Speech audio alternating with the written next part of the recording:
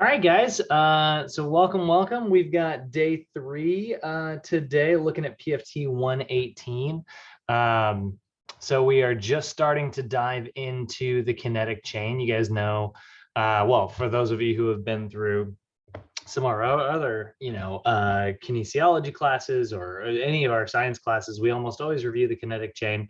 So we're going to be going over that over the next 2 days. Where we're today looking at the skeletal system as well as the nervous system, and the skeletal and the muscular system today. And then tomorrow we'll be looking at the nervous system plus the endocrine system, which is not part of the kinetic chain, but hormones are something that we do spend a little bit of time talking about. So we at least want to understand their basic functions and stuff. But yeah, today we're going to be going over 2 of the biggest like movers in the body, like your bones coming together to form your joints, which is really, allowing us to do all this really cool movement, and then like the muscles themselves that are kind of manipulating all of those movements. So kind of a fun one. So before we get started, you guys know I love to start off and before we get going and give you guys good animations, and so you can have a good visual image of all the stuff that we're talking about here. So let's go ahead and let's see here. Skeletal. All right, we'll let Derek in here. Other one, yeah, it's this one. We are getting ready. Mute that real quick. What's up, Derek? How are you?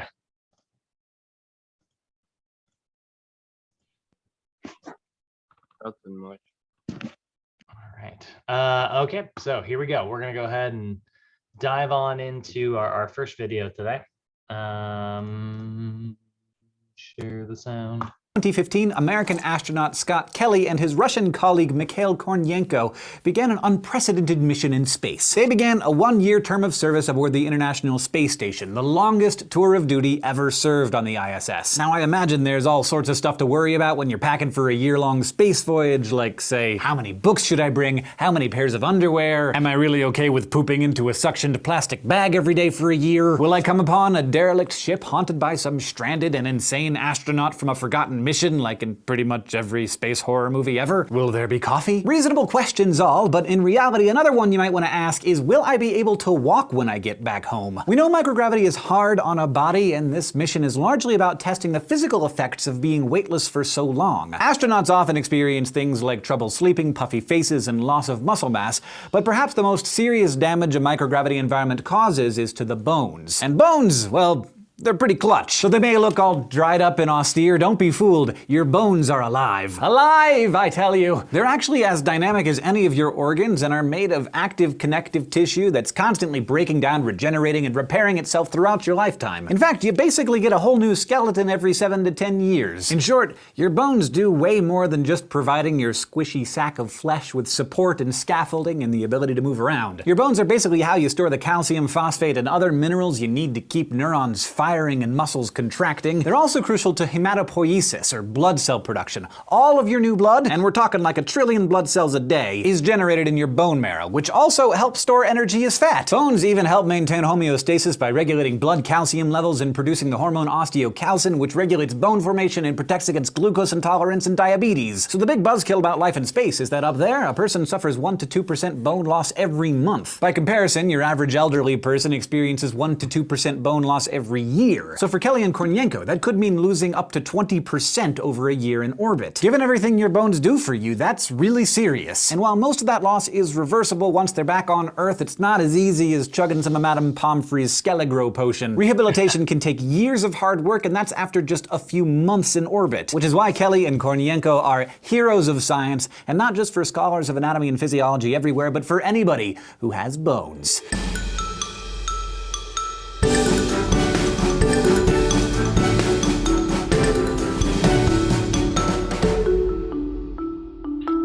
Fun fact, by the way, totally not at all related to what we're talking about, but Scott Kelly, the American guy, his brother Mark Kelly is also like a US senator and has also been to space, and they are the only 2 brothers who have ever been to space, and they're twins, which I think is really cool. And Scott Kelly has started getting into politics, and so if he becomes like a U.S. senator, they would be the first senators to ever be brothers at the same time, which I think would be the coolest freaking thing in the world. Anyway. An average human body contains 206 bones, ranging in shape and size from the tiny stapes of the inner ear to the huge femur of the thigh. That's a lot of bones to keep tabs on, so anatomists often divide these structures first by location into either axial or appendicular groups. As you might guess, your axial bones are found along your body's vertical axis, in your skull, vertebral column, and rib cage. They're kind of like your foundation, the stuff you can't really live without. They carry your other body parts, provide skeletal support and organ protection. Your appendicular bones are pretty much everything else. The bones that make up your limbs and the things that attach those limbs to your axial skeleton, like your pelvis and shoulder blades, these are the bones that help us move around. From there, bones are generally classified by their shape, and luckily those names are pretty obvious. Long bones are your classic-looking dog bone-shaped bones, the limb bones that are longer than they are wide, like the tibia and fibula of your lower legs, but also the trio of bones that make up your fingers. Follow some of those long bones to your foot or hand, and you'll hit a cube-shaped short bone like your foot's talus and cuboid, or your wrist's lacunate and scaphoid. Your flat bones are the thinner ones like your sternum and scapulae, and also the bones that make up your brain case. And your irregular bones are all the weirdly shaped things like your vertebra and pelvis, which tend to be more specialized and unique. But despite their variations in size, shape, and finer function, all bones have a similar internal structure. They all have a dense, smooth-looking external layer of compact or cortical bone around a porous, honeycomb-looking area of spongy bone. This spongy bone tissue is made up of tiny cross-hatching supports called trabeculae that help the bone resist stress, and it's also where you typically find your bone marrow, which comes in two colors, red and yellow. Red marrow is the stuff that makes blood cells, so you should be glad that you have some of that, and yellow marrow stores energy as fat. If you happen to be a predatory animal, yellow bone marrow can be one of the best sources of calories you can find. The arrangement of these bone tissues, though, can be slightly different from one type of bone to the next. In flat, short, and irregular bones, for example, these tissues kind of look like a spongy bone sandwich on compact bone bread. But in some of your classic long bones, like the femur and humerus, the spongy bone and its red marrow are concentrated at the tips. These flared ends, or epiphyses, bookend a bone's shaft or diaphysis, which instead of having spongy bone in the center, surrounds a hollow medullary cavity that's full of yellow marrow. Now, although bone can look rock solid, grab a microscope and you'll see that it's actually loaded with layered plates and laced with little tunnels. It's intricate and kind of confusing in there, but the more you zoom into the microanatomy of bones, the better you can see how they're built and how they function right down to the cellular level. Let's start with the basic structural units of bone called osteons. These are cylindrical weight-bearing structures that run parallel to the bone's axis. Look inside one and you'll see that they're composed of tubes inside of tubes, so that a cross-section of an osteon looks like the rings of a tree trunk. Each one of these concentric tubes or lamellae is filled with collagen fibers that run in the same direction. But if you inspect the fibers of a neighboring lamella, either on the inside or the outside of the first one, you'll see that they run in a different direction, creating an alternating pattern. This reinforced structure helps your bone resist torsion stress, which is like twisting of your bones, which they experience a lot, and I encourage you not to imagine what a torsion fracture of one of your bones might feel like. Now, bone needs nourishment like any other tissue, so running along the length of each osteon are central canals which hold nerves and blood vessels. And then tucked away between the layers of lamellae are tiny oblong spaces called lacunae. As tiny as they are, these little gaps are where the real work of your skeletal system gets done, because they house your osteocytes. These are mature bone cells that monitor and maintain your bone matrix. They're like the construction foreman of your bones, passing along commands to your skeleton's two main workhorses, the osteoblasts and the osteoclasts. Osteoblasts, from the Greek words for bone and germ, or sprout, are the bone building cells, and they're actually what construct your bones in the first place. In the embryonic phase, bone tissue generally starts off as cartilage, which provides a framework for your bones to grow on. When osteoblasts come in, they secrete a glue-like cocktail of collagen, as well as enzymes that absorb calcium phosphate and other minerals from the blood. These minerals form calcium phosphate, which crystallize on the cartilage framework, ultimately forming a bone matrix that's about 1/3 mineral, 2/3 protein. From your time in the womb until you're about 25, your osteoblasts keep laying down more collagen and more calcium phosphate until your bones are fully grown and completely hardened. So while your osteoblasts are the bone makers, your osteoclasts are the bone breakers, which is kind of a violent image. Maybe think of them as like a bone breaker downer. Although the two kinds of cells do exact opposite jobs, they're not mortal enemies. In fact, I'm happy to report that they get along fabulously and create a perfect balance that allows your bones to regenerate. It's like if you want to renovate renovate your house, you gotta rip out all those busted cabinets and the musty carpeting before you can bring in the nice hardwood floors and custom countertops. These cells work in a kinda similar way, in a process that I'd argue is less stressful than home improvement. It's called bone remodeling. The supervisors of this process are those osteocytes, which kick things off when they sense stress and strain or respond to mechanical stimuli,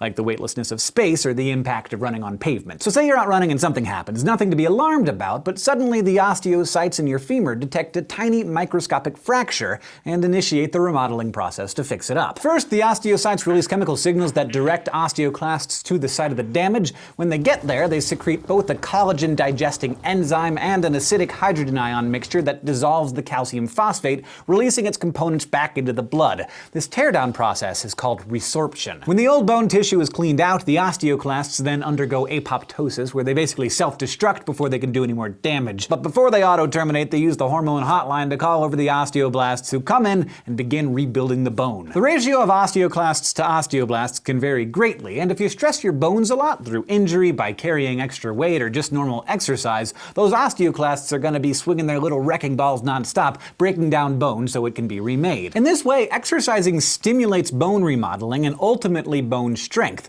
So when you're working out, you're building bone as well as muscle. Which brings us back to our two space heroes slash guinea pigs, Scott Kelly and Mikhail Kornienko. Space crews generally need to exercise at least 15 hours a week to slow down the process of bone degradation, but even that can't fully stave off loss of bone density. In microgravity, osteocytes aren't getting much loading stimuli because less gravity means less weight. But for reasons that we don't understand yet, the osteoclasts actually increase their rate of bone resorption in low gravity, while the osteoblasts dial back on the bone formation. Because there's more bone breaking than bone making going on, everything is out of balance, and suddenly people start experiencing 1 to 2% monthly loss in bone mass. So in addition to providing astronauts with oxygen and water and food and protection from radiation and an environment that will keep them mentally stable, it turns out that we also have to figure out how to keep their bodies from consuming their own skeletons. But at least today we learned about the anatomy of the skeletal system, including the flat, short, and irregular bones and their individual arrangements of compact and spongy bone. We also went over the microanatomy of bones, particularly the osteons and their inner lamella.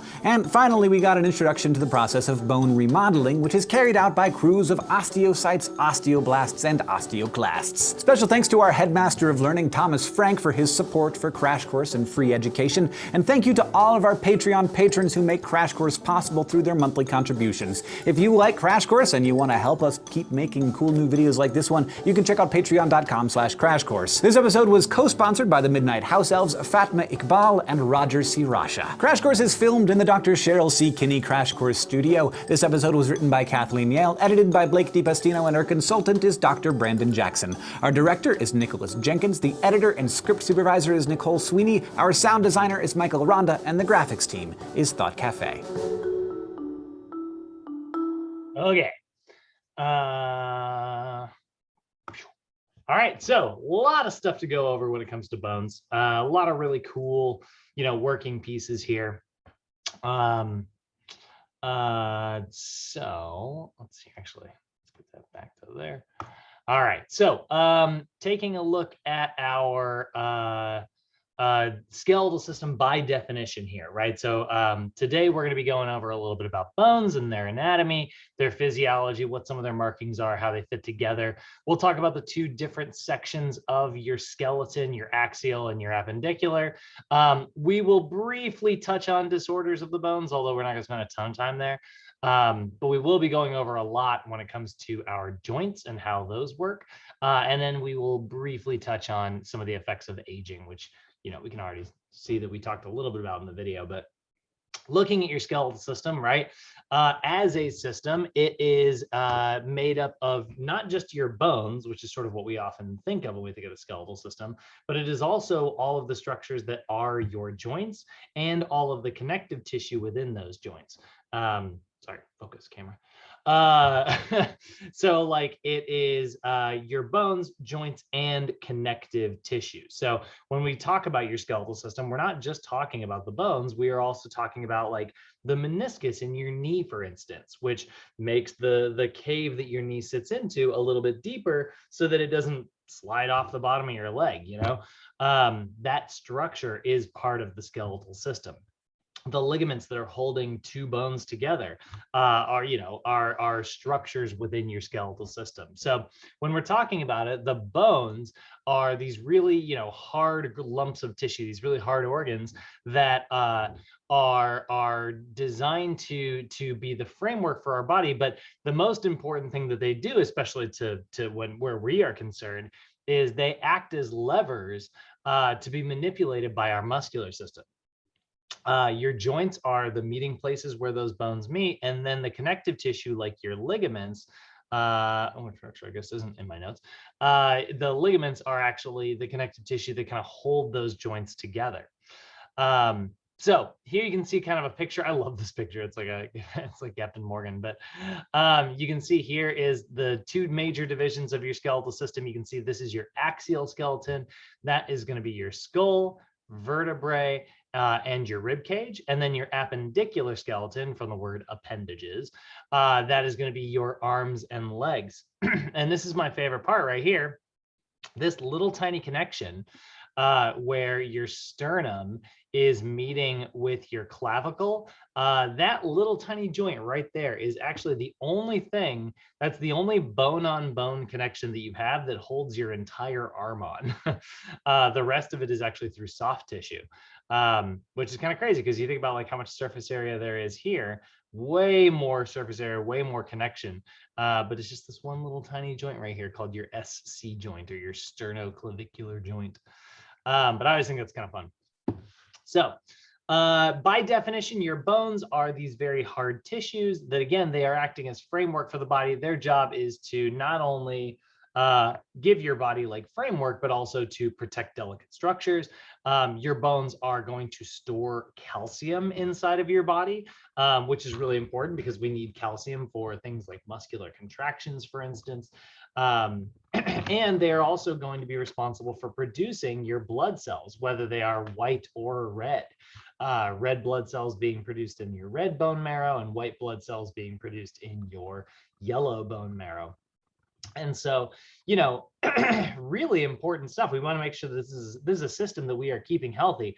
And make no mistake about it, like, we improve our skeletal system through exercise the same way that we improve our muscular system through exercise. We're always talking about how, like, you want to work out so you can get that six pack and, get those gun muscles. But, like, at the same time, like, we are working towards,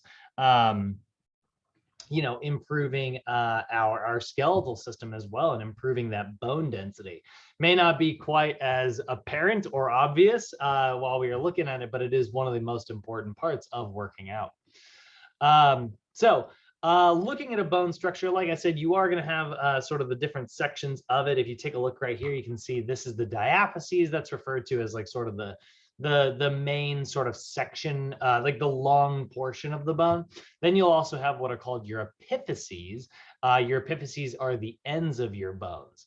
And so there's going to be different types of marrow in here. This is what we refer to as compact bone. This is the really, really, really hard stuff. Whereas this is what we refer to as spongy bone. And your compact bone is going to have things like your yellow bone marrow, and your spongy bones is going to have things like your red bone marrow. And so this is where you are producing red blood cells, and this is where you're producing some of your white blood cells. So, pretty important stuff here. You can kind of see here's a good sort of blown up picture of that spongy bone marrow, and you can see why they call it spongy, because it's a little bit less dense. And there are more blood vessels that are actually running through it. And that's one thing that we forget about our bones sometimes. When you look at your bones, look, there are blood vessels running throughout the entire thing. And those blood vessels are how erythrocytes, red blood cells, are getting into your bloodstream. And that's also how, like, these tissues are getting delivery of nutrients and keeping this bone alive. You got to be able to deliver new calcium so that we can lay down and make new bone tissue. Well, luckily, we have blood vessels that run throughout our bones that are actually responsible for doing that. So a lot of different jobs of our skeletal system there. The main one that is super relevant to us is there are levers. There are levers that allow us to produce movement. I've got this deltoid muscle here that's going to contract, that's going to shorten like this. It's going to pull, this way. And what that's going to do is it's going to raise up this big long lever right here. Meanwhile, that's attached to my elbow joint, which, depending on where, what muscle is pulling how much is going to allow me to do that as well. And so, that's going to allow us to do all of our really cool little movements there. So we need to be able to keep these tissues alive. And in the realm of, what we do, right, we are constantly trying to help our clients repair that bone tissue, keep it healthy, keep it strong and efficient. The ways that we are going to do that is through exercise, and exercise is going to have a really, really positive effect on our bones because of the process of bone resorption. You can kind of think of bone resorption. What is the definition of resorption? This is one of those things that I'm sure I have a definition in my head, but I'm not sure it's actually. Oh, no, it is. It's reabsorbed. Yeah. Okay, great. That's actually perfect. I was about to say you can think of resorption as reabsorption, and that is literally what we're seeing in Google Dictionary. That's not bad. So that is really kind of what's happening with bone resorption. It's the process of breaking down old or damaged bone tissue so that you can reabsorb the materials and recycle them. We're going to get to talking about our blood cells at one point. We're going to talk about blood when we get to the circulatory system. And your blood cells are some of the fastest dying cells in your body. They just don't live very long because they don't have any organelles to kind of keep themselves alive. Imagine if you had to repair yourself and you just didn't have any organs. It's like, well, I don't have any food. So however much energy I got right now, that's what I'm going to get until I run out. And that's it for me. That's kind of how your red blood cells are. They don't really have any organelles, so they don't live very long. But what happens is that your red blood cells end up in your liver, and they go to this place, which is the coolest named part of your body, called the red blood cell graveyard. That's its actual scientific name, which I've always thought is a great name for a metal band. I'm gonna we are red blood cell graveyard. It's a great metal name. But what happens there is, the components of red blood cells, the proteins that are in there that carry oxygen, the little bits of iron, all of that stuff is going to get recycled and taken back to your bones. And then your bones are going to use them to make new red blood cells. So it's sort of like a reincarnation process almost. Well, very similar to that are the bones themselves. Your body is recycling all of your calcium and phosphorus and things like that. So you have got, when we're looking at bone resorption, two main cells that are responsible for doing this, right? And they're going through this process that we call bone remodeling, which is where you take the old stuff, you break it down, and you build new stuff, right? Imagine if you had an old dilapidated shed in your yard, and you took it and you're like, okay, well, that board's still really good, and you peel that off and you set it off to one pile, and then you pull it out and it's like, oh, that board's rotten, so you put it over there.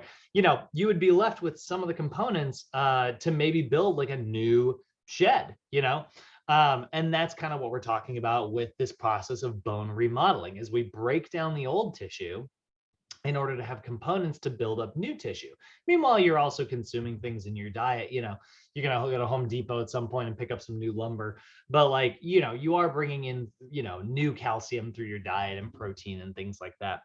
But the two main cells that are responsible for this whole process are going to be your osteoclasts and your osteoblasts. So when you hear osteoclast, these are specialized cells that are responsible for resorbing your old bone tissue. They are your bone breaker downers, right? So osteoclasts eat bone tissue, and by basically spitting up this really acidic substance that kind of breaks bone tissue down, right? It's a lot of enzymes and things like that.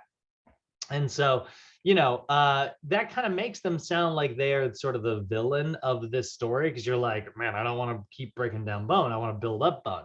But they break down any damaged or imperfect bone tissue, which is exactly what we're going for, because your bones are very spongy. They're very holy. If we look at osteo tissue, that'll work.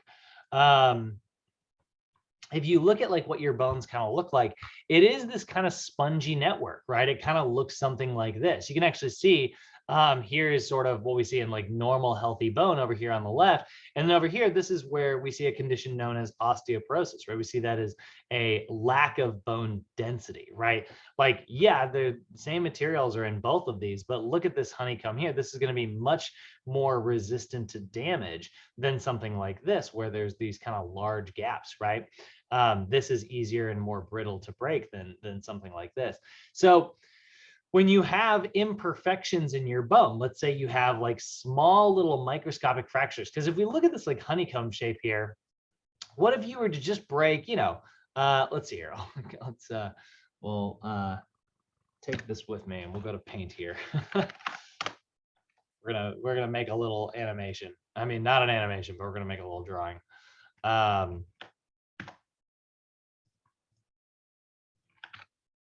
So imagine if you just did this. Imagine if you just took like, you know, you put a little tiny fracture in here, just this little tiny section. You just break that, right? Because maybe you were lifting really, really, really heavy weight. You know, it's kind of like this pencil right here, right? You know, this pencil is made up of a bunch of little tiny wood fibers. And if I grab it and I flex it, you know, you guys, I don't know if you can actually hear that. But it starts to go, and if I go too far, yeah, I'm gonna break the freaking pencil in half, and I don't want to do that.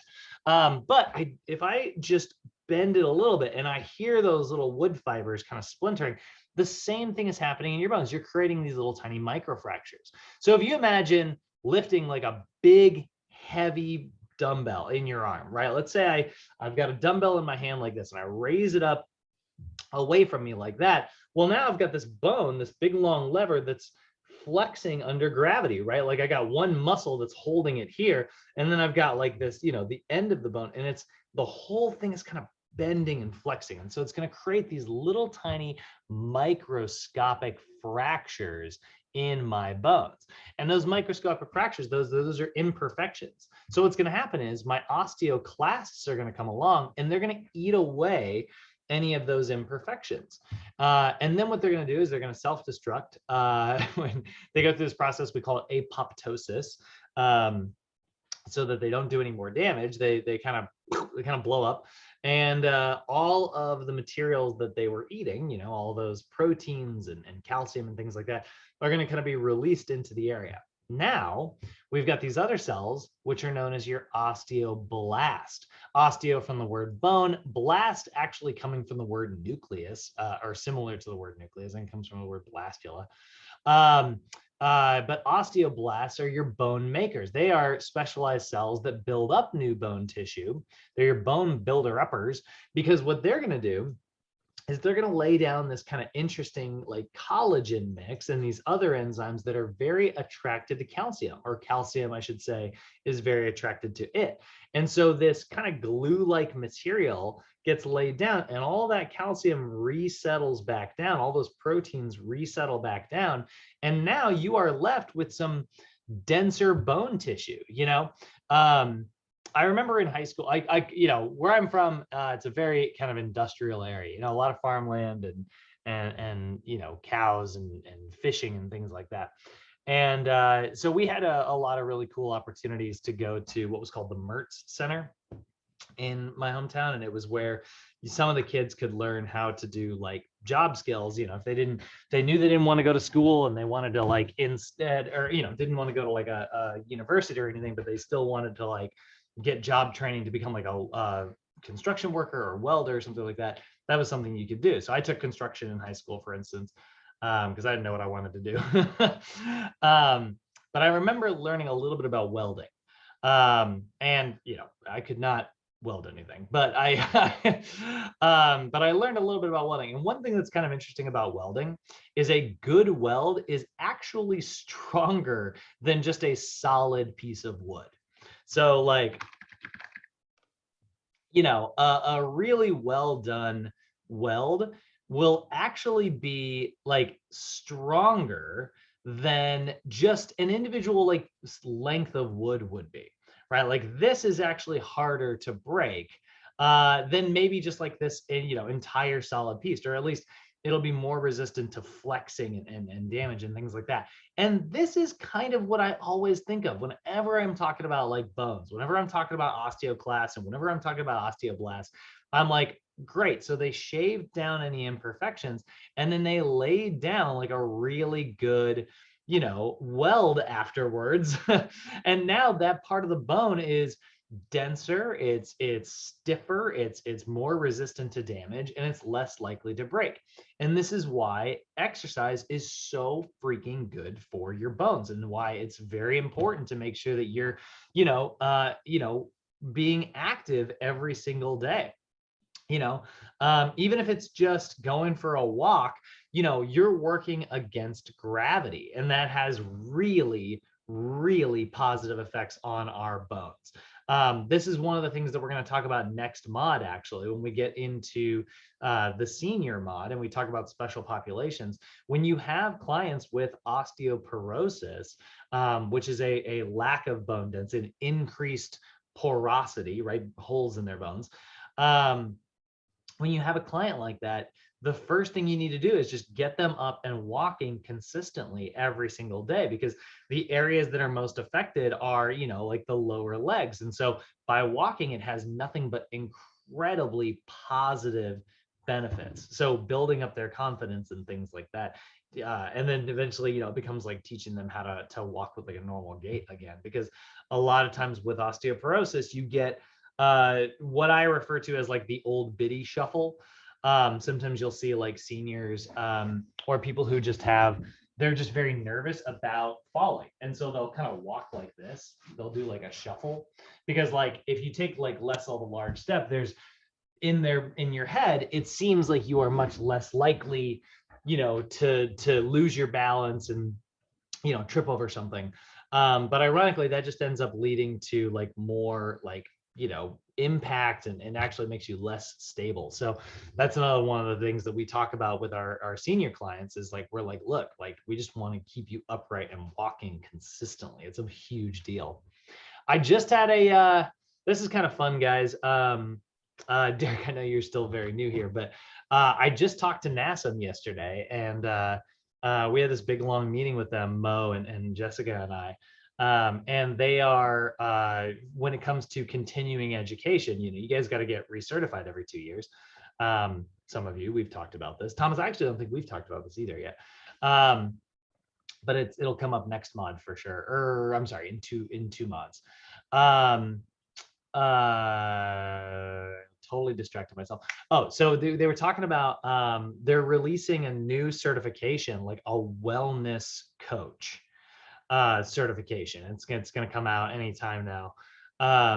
But it's going to be like their new thing. And it's like, it's not necessarily about how to train clients or, how to get it. It's more about like, hey, let's talk about your brain. Let's talk about like getting your habits in order to make you a generally more active person.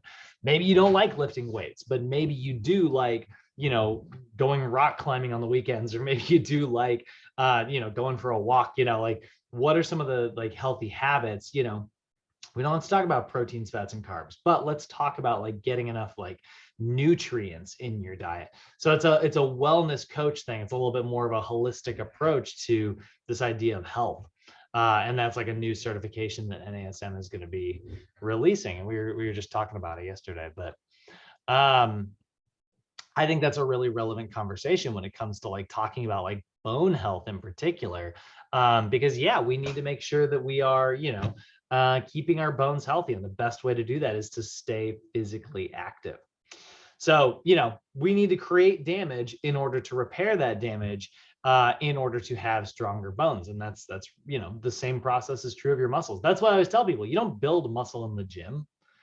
You break muscle in the gym, you build muscle in the kitchen afterwards, or you build muscle in bed, when you're taking it, when you're asleep, that's when you build muscle. Same thing is true of bone density. You damage your bones in the gym, you build them later.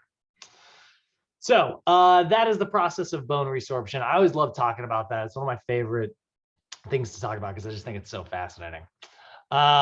So let's go ahead and move on to joints here. Let's talk about like our joint movement. So joints are sometimes referred to as articulations. Sometimes you'll hear that term. It's where two or more bones are articulating with one another. And when we're looking at those articulations, where those bones are kind of coming together, right? We got a couple different like versions of those.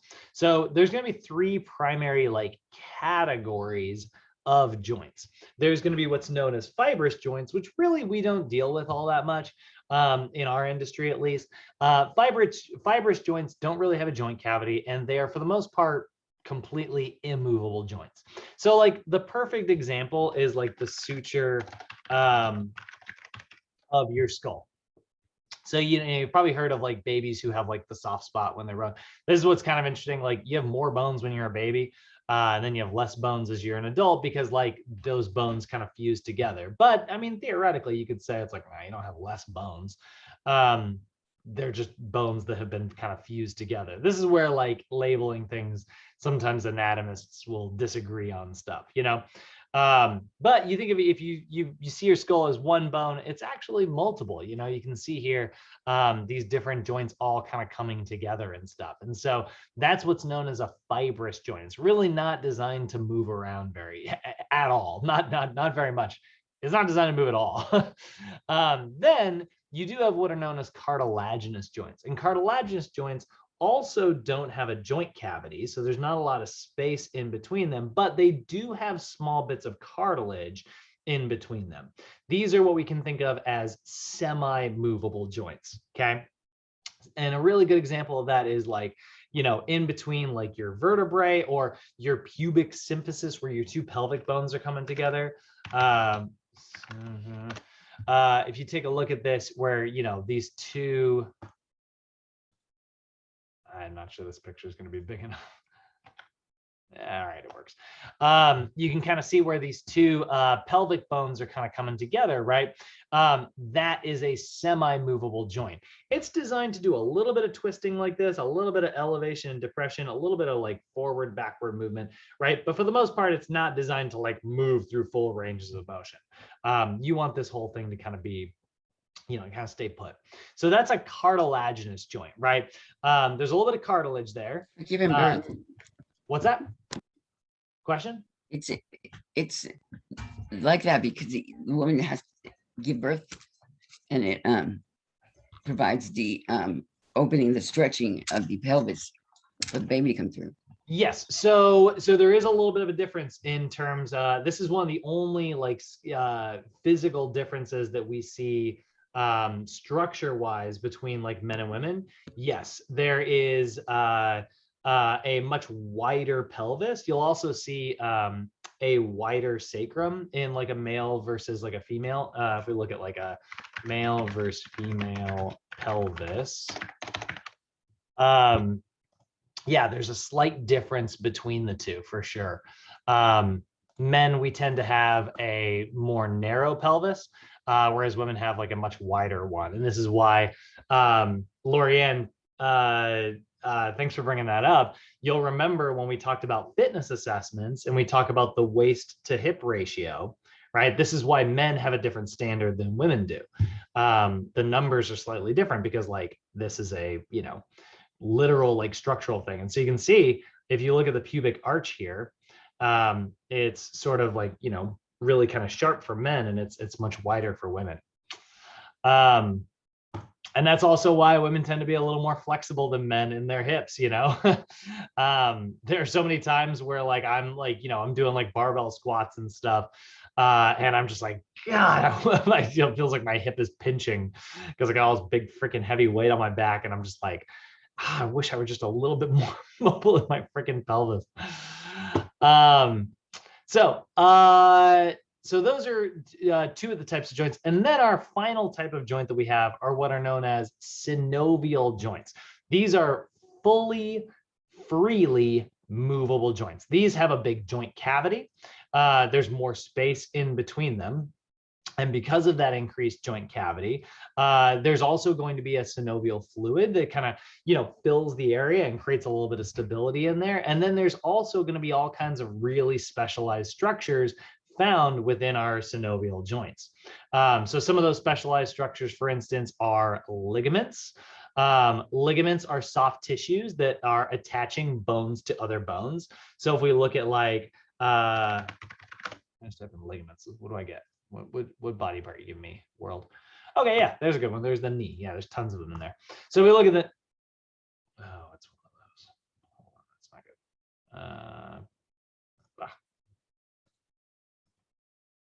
good. You take a look right here, you can see, all the different ligaments in the knee. You've got your ACL, that's your anterior cruciate ligament. You got your PCL back here, which you can't really see, but it's kind of tucked behind.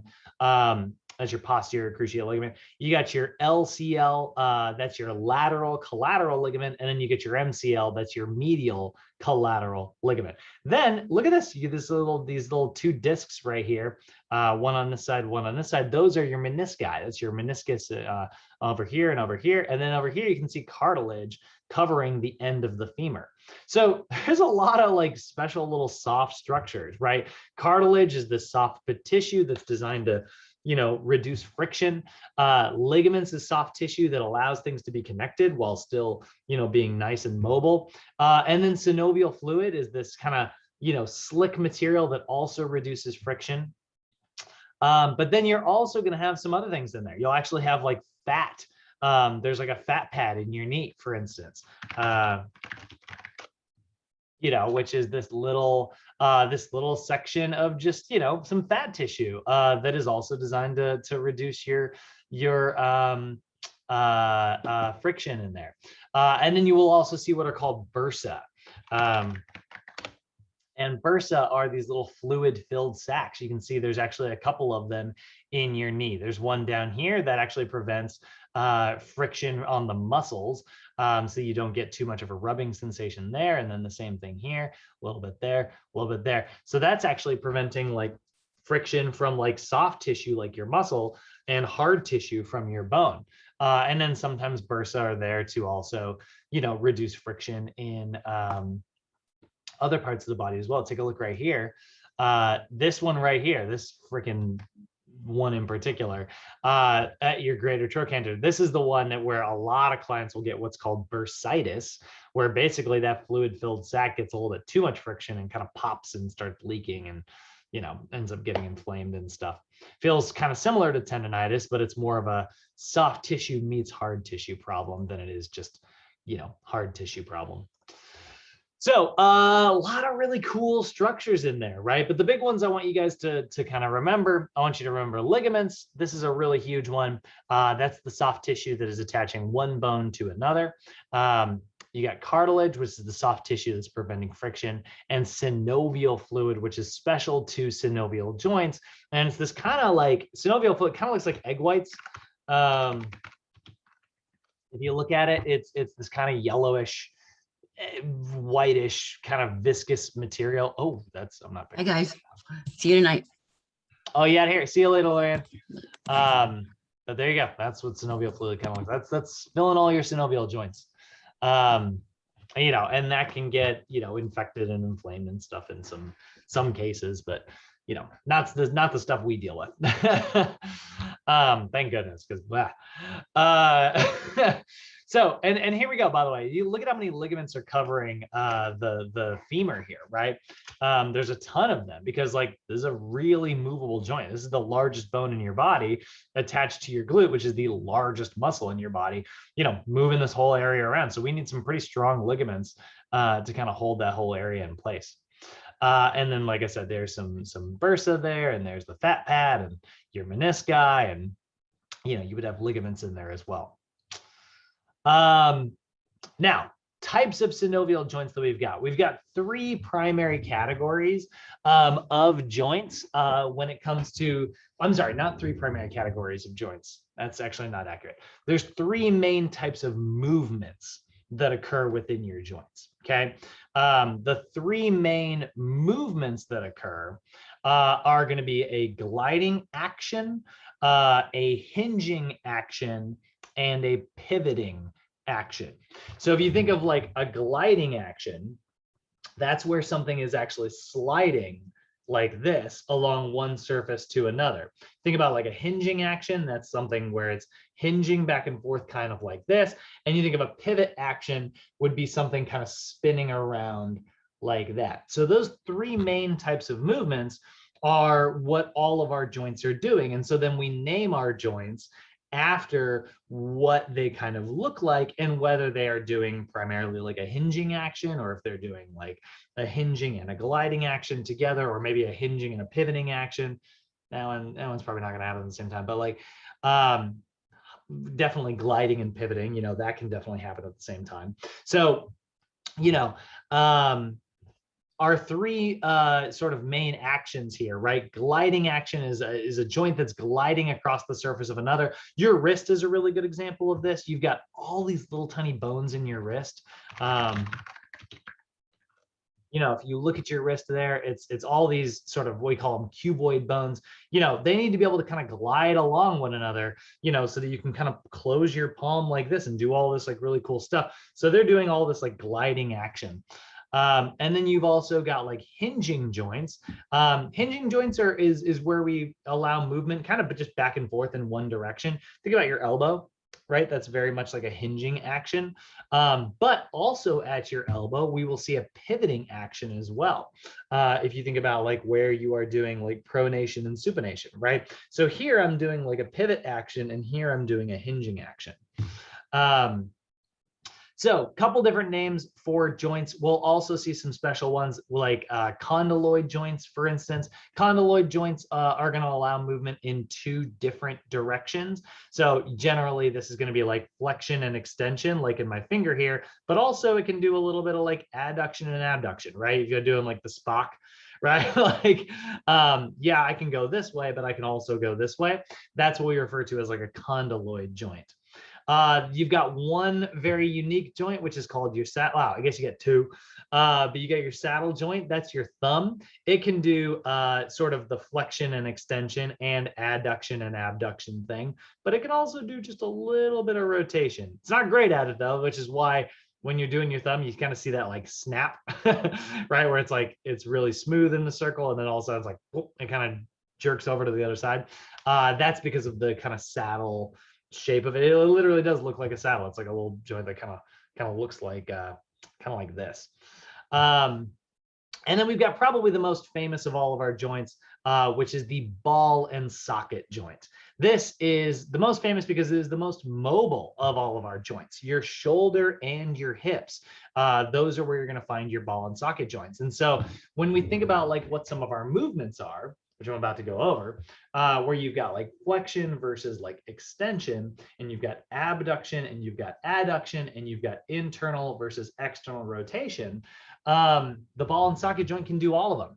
My fingers aren't really designed to do internal, external rotation, right? I mean, I can twist it a little bit, but if I twist too much, like, I'm going to dislocate my finger again. And so like, that's definitely not something we want to experience, So like, I just want to keep this in the direction it's supposed to go. Luckily, my joints don't move in the way that they're not supposed to move, And so these are all very specific movements. And that is where our job, this is where really like the rubber meets the road for us, we as personal trainers work in helping people move the way that they're designed to move, like, again, looking at like form following function. If you have like a really tight muscle that's pulling a bone in a position that it's really not supposed to be in, that bone's not going to be able to move very effectively, right? Like Thomas, we talked about this a little bit. We were talking about, stretching out the soleus and really trying to improve the mobility in your ankle, right? And one of the things I brought up, I was like, well, let's see if this is any better. And then I took like two fingers and I kind of put it at the base of your foot and I pulled straight back and then had you stretch forward. And we're like, does that improve things? Do you get that? Does the pinching sensation go away? And you're like, nah, it's about the same. So with you, we know it's just a tight muscle. But if that muscle is really chronically tight over time and you start feeling like a pinching feeling in your ankle, it could be because the bone has kind of slid down to a position it's not supposed to be in. So our job is going to be to kind of move that bone back through what we call distractions, where you grab a bone and you pull it.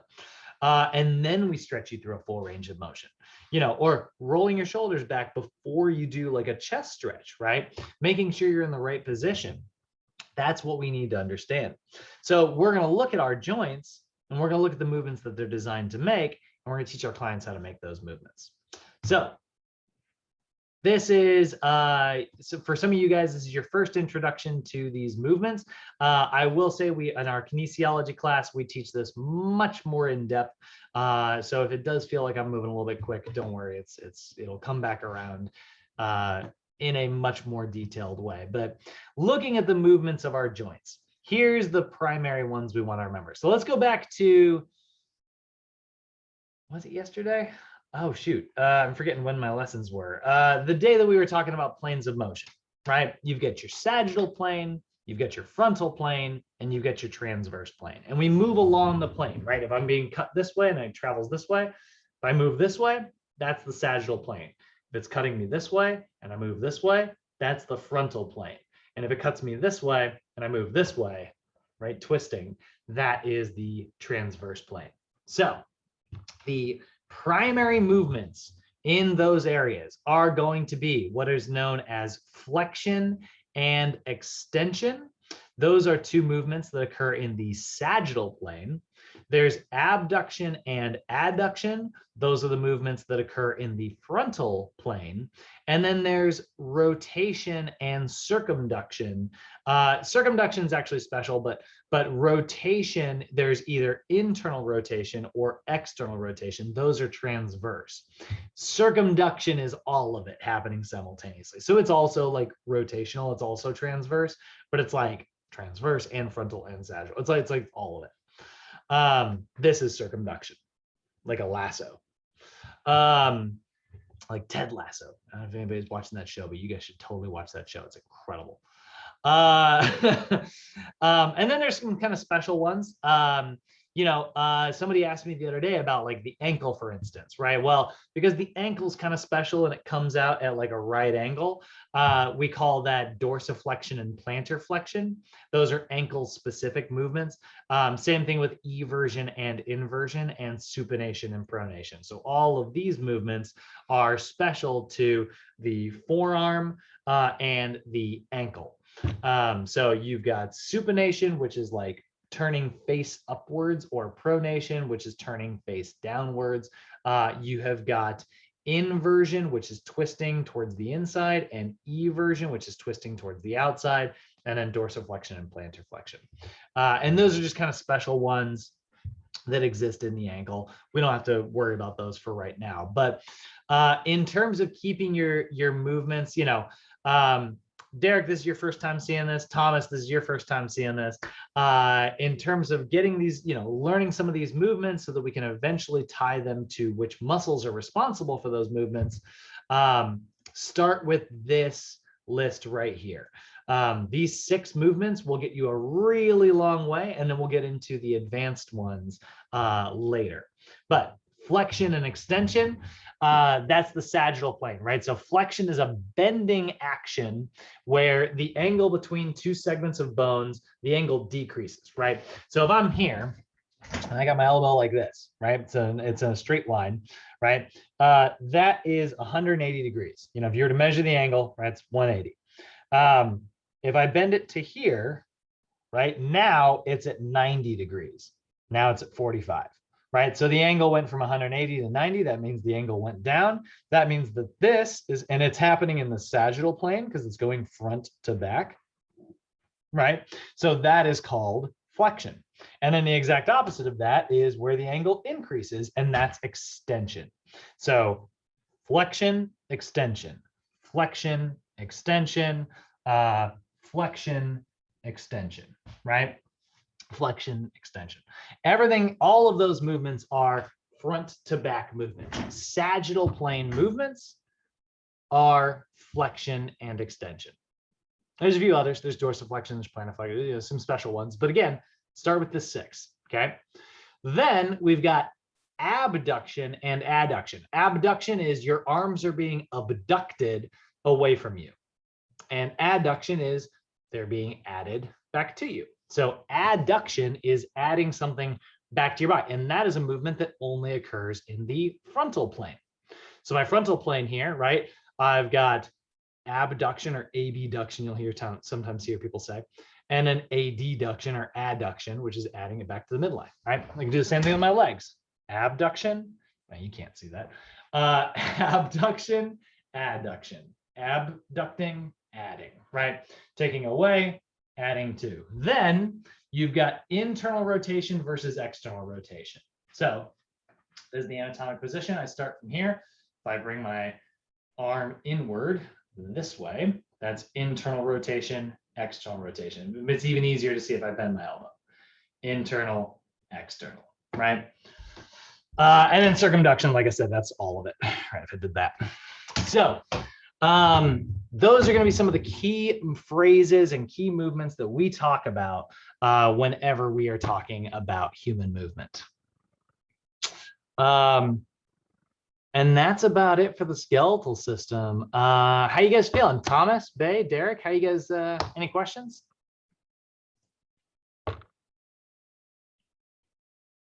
You got a thumbs up from Bay. You guys feeling good?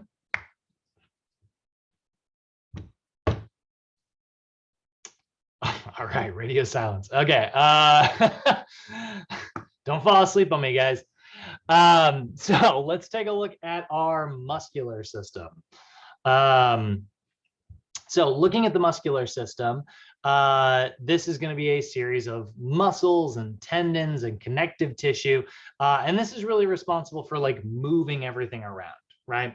Like when we're talking about the muscular system, we are talking about like moving your skeletal system, but it's under the control of your nervous system. And that's why we have our human movement system, the muscular plus skeletal plus nervous systems all working together. So the muscular system is the one that has all these really cool little organs called muscles that are really good at contracting and relaxing. They're good at changing their shape, right? So this is a system of muscles and tendons and connective tissue responsible for actually producing human movement. So we're going to be looking at muscle tissue today, the differences between the three major types: smooth muscle found in your organs, cardiac muscle found in your heart, and the one that we deal with, which is skeletal muscle, moving our bones, moving our skeleton. We'll talk a little bit about like our energy sources for the muscular system and how the cells actually work. We'll look at the microanatomy there. We'll talk a little bit about muscle mechanics and how they are designed to work together. You know, one muscle is going to assist another. And then we are actually not going to go over muscle groups today. That is something that I will probably just move through very quickly. Same thing with aging, and then same thing as disorders. Those are things that we teach much better in other classes. So there's, you know, we'll talk about them briefly, but it's really not the day to kind of go over that. Right now, we're just getting the anatomy. That's what's important. So muscle anatomy, let's take a look here. And let's talk about what it looks like. This is, I will admit, one of the most complicated parts of anatomy and physiology. Understanding what a muscle, how a muscle works, and all the little tiny pieces that are in it is a very, very, very technical process, but definitely one worth understanding because it does have implications for how we apply exercise. So, you know, depending on like how you are moving your muscles around is going to determine like how they actually grow and stuff. So we do need to kind of look at their cellular biology in order to understand that. So we are going to zoom in like crazy right now and watch a really fun video all about the little tiny proteins that are inside of our muscle cells. Romeo and Juliet, Helen and Paris, Tristan and Isolde. These famous star-crossed lovers bring to mind insatiable longing, forbidden love, and tragic separation, and poets and emo rockers love them for it. But you know where else you could find a nice, hot romance? Your muscle cells. They've got their own famous coupling, a pretty pair of tiny protein strands called actin and myosin. Romeo and Juliet may have set a chain of tragic events into motion with their infatuation, but deep down in the cells of your muscles, the hot protein action between actin and myosin is actually literally literally causing all of your motions. All of them. And I don't just mean voluntary stuff like walking down the street or moving your mouth so you can talk or chew chips, because your muscles also support your weight and help fend off gravity. The amazing thing about your complicated, self-healing, blood-guzzling muscle tissues is that they turn chemical potential energy into mechanical energy, or movement, simply by doing two things: contracting and relaxing. And that contracting and relaxing is exactly what's fueled by the constant coupling and separation of biology's greatest lovers. Somebody get these proteins a movie contract.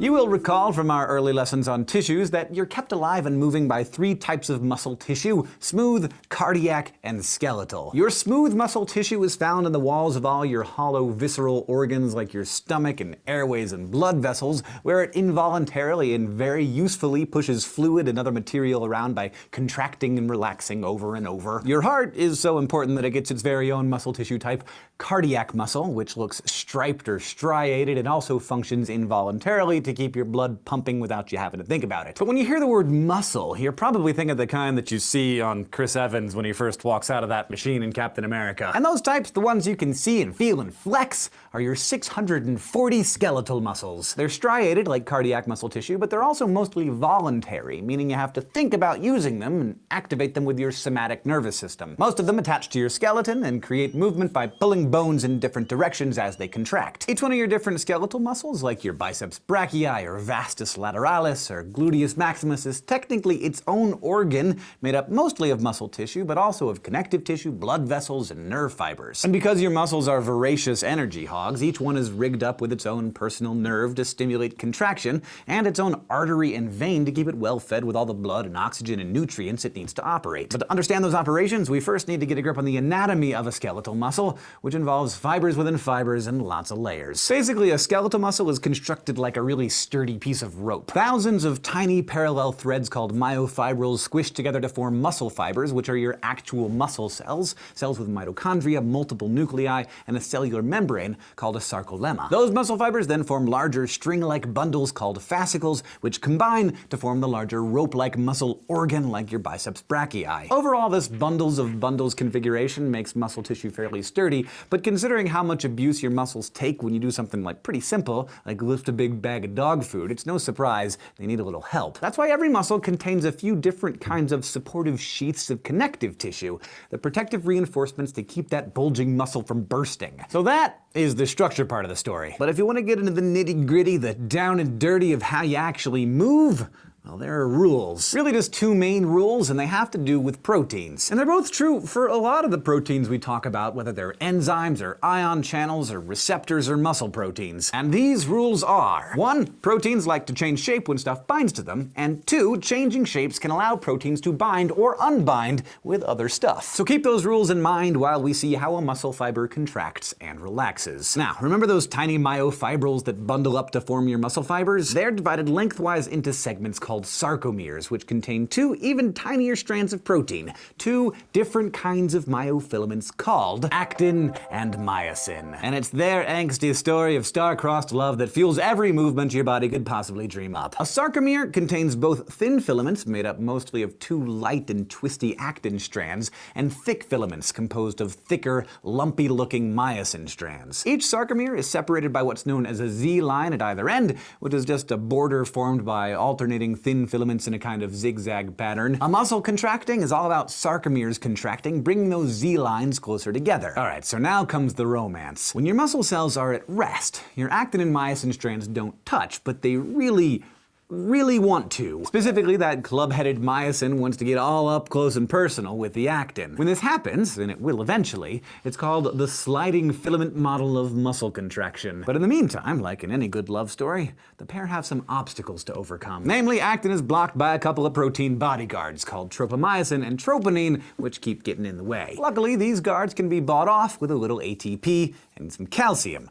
I'd prefer cash and nachos, but whatever. Remember, ATP is kind of like molecular currency. It contains chemical energy, and your muscles are all about converting chemical energy to motion, so they're always hungry for more ATP. Your muscle cells have lots of nuclei, but some of them also have a lot of mitochondria, whose sole purpose in life is to crank out ATP. And muscle cells also have their own version of an endoplasmic reticulum, the cell's transport and storage system, but in this case it's specialized, so it gets a special name, the sarcoplasmic reticulum. Its walls are loaded with calcium pumps, which use ATP to save up a bunch of calcium ions. And it's also studded with calcium channels that are linked to voltage-sensitive proteins in the membrane of the muscle cell. Say I want to move my arm. My brain sends an action potential along the motor neuron until it synapses with a muscle cell in my arm. The receptors on that muscle cell are ligand-gated sodium channels. So when the motor neuron releases our old friend acetylcholine into the synapse, the channels open up and create a rush of sodium into the cell as a graded potential, which, if it's strong enough, causes nearby voltage-gated sodium channels to open. Now I want to take a second and point out here that we're still talking about an action potential, but not in a neuron. This is happening in a muscle cell, people. So that action potential zips along a muscle cell's membrane, the sarcolemma, which has lots of tubes that run deep inside the cell called T-tubules. When the action potential travels down one of those tubes, it eventually triggers the voltage-sensitive proteins that are linked to those calcium channels in the cell's sarcoplasmic reticulum. When those channels are thrown open, the calcium stored inside rushes into the rest of the cell, and finally myosin is like, yes, here we go! At this point, the myosin is totally stoked, because the bodyguards that have been frustrating it are in for a big, irresistible distraction. That's because the protein troponin just loves to bind with calcium, and remember, when stuff binds to proteins, the proteins change shape. So the calcium latches onto the troponin and causes it to pull the other bodyguard protein, the tropomyosin, away from the sites on the actin strands that the myosin really wants to get its paws on. And suddenly it's all, okay?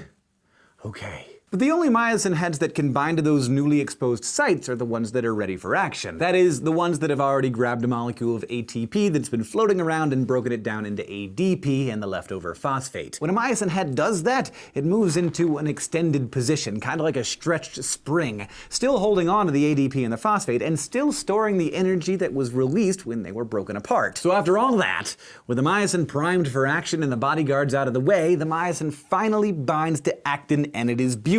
When they bind, the myosin releases all that stored energy, and in the excitement of it all, the myosin changes shape. It pulls on its precious actin strand, kind of like pulling a rope hand over fist. In the process, it shrinks the whole sarcomere and contracts the muscle. That's the sliding part of the sliding filament model. Now, with its energy spent, that little head has no use for the ADP and the phosphate, so they unbind with it because, remember rule number 2, changing shape encourages proteins to bind or unbind with stuff. That unbinding causes a small change in its shape, which lets a fresh ATP bind there in its place. That binding causes another shape change, but this time it causes the myosin to release from the actin in a tear-jerking scene like some microscopic recreation of the finale from Titanic. But fear not, this epic is not quite over, because this is when the myosin breaks down its new molecule of ATP into ADP and a phosphate, which moves it into the armed position yet again, getting it ready for its next rendezvous. And meanwhile, those calcium pumps are working hard to restock the calcium in the sarcoplasmic reticulum, so they start grabbing the calcium that's floating around, causing calcium to unbind from the troponin. When it unbinds, the resulting shape change puts the tropomyosin bodyguards back into place. It's a circle.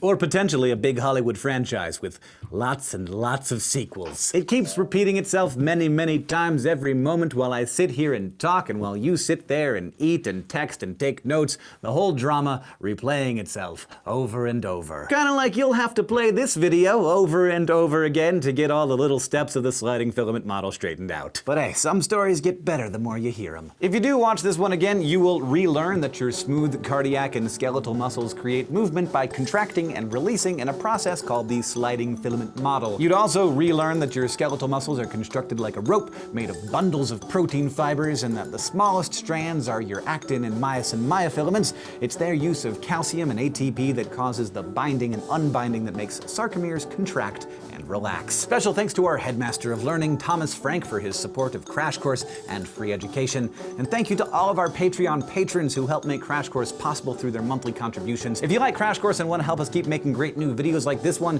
you can check out patreon.com/crashcourse. Crash Course is filmed in the Dr. Cheryl C. Kinney Crash Course studio. This episode was written by Kathleen Yell, edited by Blake DiPestino, and our consultant is Dr. Brandon Jackson. Our director is Nicholas Jenkins, the editor and script supervisor is Nicole Sweeney, our sound designer is Michael Aranda, and the graphics team is Thought Cafe. Okay. Sorry, I always like to let the credits roll for, you know, the fact that they're letting us show these videos. All right, so muscles, pretty technical. There's a lot of small moving parts here. And we just need to understand the concept of how they work because they do have implications for how we apply exercise. For instance, like if I'm trying to build as much muscle as possible, it's going to be pretty important for me to create as much cellular damage as possible. And so knowing what is happening on a micro level is important for helping me understand how to affect things on a macro level. So sometimes this stuff feels like it's like, wow, this is so technical. It's like, you know, what does this have to do with working out? But it's like, it has pretty big implications. It's how we understood everything about working out. And it's how we came up with some of the rules around lifting. You know, if you want to build big muscles, you got to lift this way. You want to build endurance muscles, you got to lift this way. So your muscular system, a series of muscles and tendons of connective tissue that produces movement. There are three primary categories of muscle tissue. There is smooth muscle, which is like the walls of your organs. Your cardiac muscle, which is like the muscle of your heart. We'll have a day talking about that separately. And then skeletal muscle, which is what we are most familiar with, and that's manipulating your actual skeleton.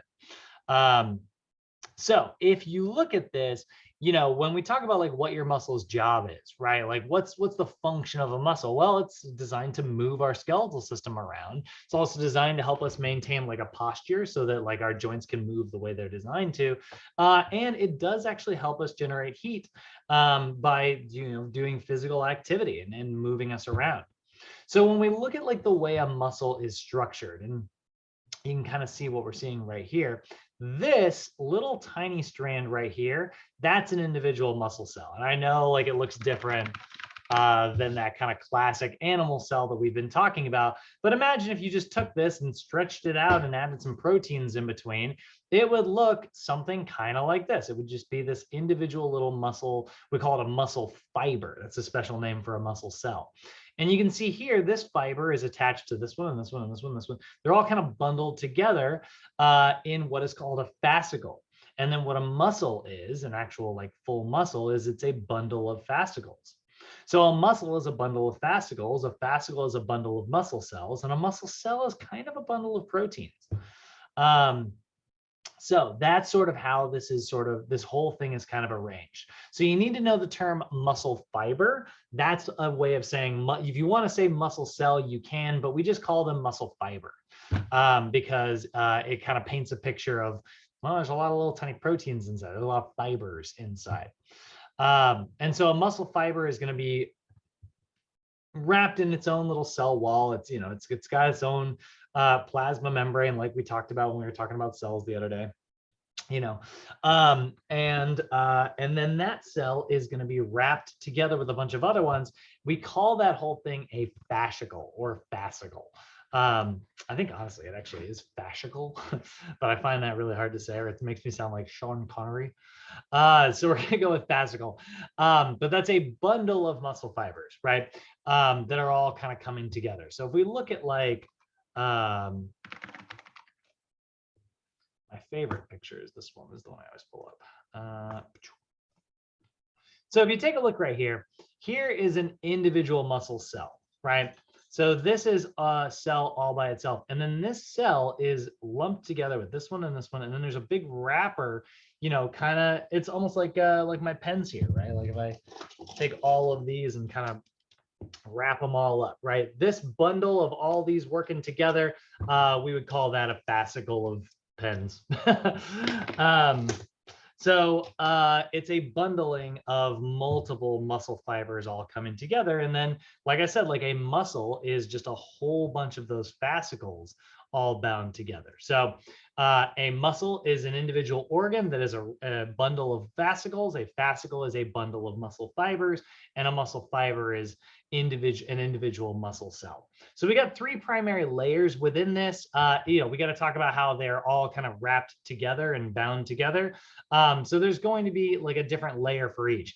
The innermost layer, that plasma membrane around the outside of all of your muscle cells, is referred to as the endomysium.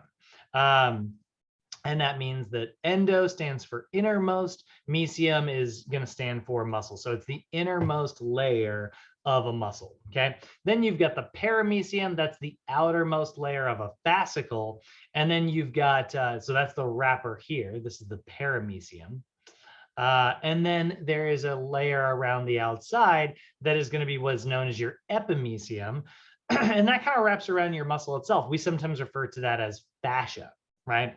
Sometimes if you look at like muscle, if you've ever been cutting like a chicken breast and you've seen that like silver skin stuff, that's the epimysium on those fibers. It's this kind of stringy connective tissue that's around the outside of our muscles there, that's meant to make sure that our muscles kind of stay in the same arrangement so they don't get all tangled up inside the body. So then all of that's going to come together at the very end, and it's going to become a tendon before it inserts onto the bone. So the tendon is the really intense, also very fascial. So kind of similar to fascia, but it's more connective tissue. There's a lot more collagen and really, really stiff proteins. Tendons are not quite as good at relaxing and contracting as muscles are, but they're really good at grabbing onto hard tissues. So your muscle will grab a bone and it'll keep like a really good grip on it using its tendon.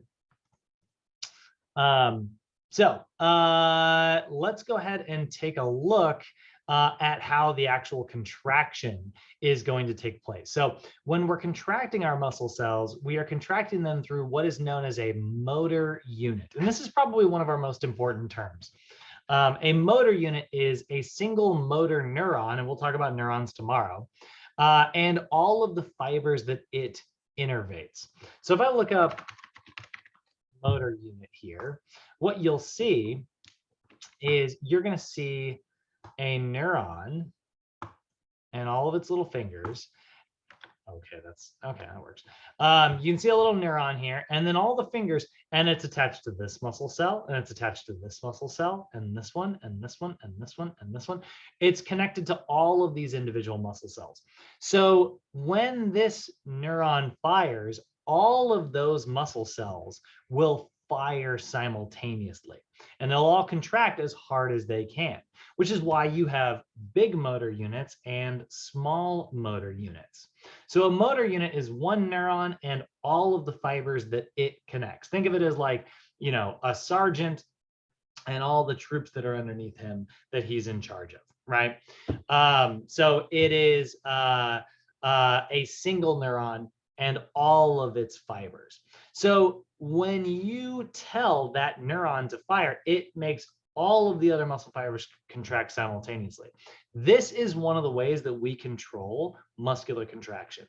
Because if you think about what I just said, I'm like, when a muscle fiber fires, it fires 100%, right? It does not fire for half of its amount of energy. So if that's true, how is it that I can go pick up a 300-pound barbell, but I can also pick up this tiny little dog right here, like without going, just like contracting as hard as I can and, throwing Simon here into the air. I don't want to do that. So how do I control the strength of my contractions? Well, my muscle fibers, no matter what, they're going to contract as hard as they can every time. But if I recruit less of them, so maybe like a neuron that zaps, let's say 50 muscle fibers, that's going to be a really weak contraction compared to a neuron that contracts 150 muscle fibers. That's going to be a very strong contraction. So you can have anywhere from like 50 motor units to thousands of them, like in your glute muscles, for instance, where many fibers are contracting simultaneously. This is one of the ways that we create our muscular contraction. So when you go to pick up like a barbell, you know, at first your nervous system has no idea how much that barbell weighs. And so you go and you grab it and then you start lifting and your body's like, all right, let's try 50 motor units. Nope, that's definitely, we need more. All right, let's try 100. Nope, still not getting that weight up. Let's try 150. Let's try 200. Let's try 300. Let's try 500. Let's try 1,000, right? Until eventually it recruits just enough motor units to start lifting that weight and get it to actually contract. Pretty cool, right? Now, if we understand that, then one of our goals of physical training starts to become, okay, so if I'm trying to get stronger, I need to do things that make me recruit as many motor units as possible. I need to focus on motor unit recruitment. How do I do that? You go lift big, heavy weight. That's the best way to do it. The best way to recruit more muscle is to lift heavy. This is why you'll sometimes hear people say, and this is not 100% true, I think this is widely misunderstood, but you'll hear people say, oh, if you want to get big, you need to lift big. And if you want to have endurance and you want to tone up, you need to lift light. It's not necessarily a direct translation there, but lifting heavy recruits more muscle than lifting light does. Because lifting light recruits a smaller number of motor units. Does that make sense, guys? Everybody kind of clear on that before we move forward? I want to make it, this is kind of a big concept, so I want to make sure we're all feeling confident. Can I get some thumbs up in the room? We're good to go. Love it. Okay.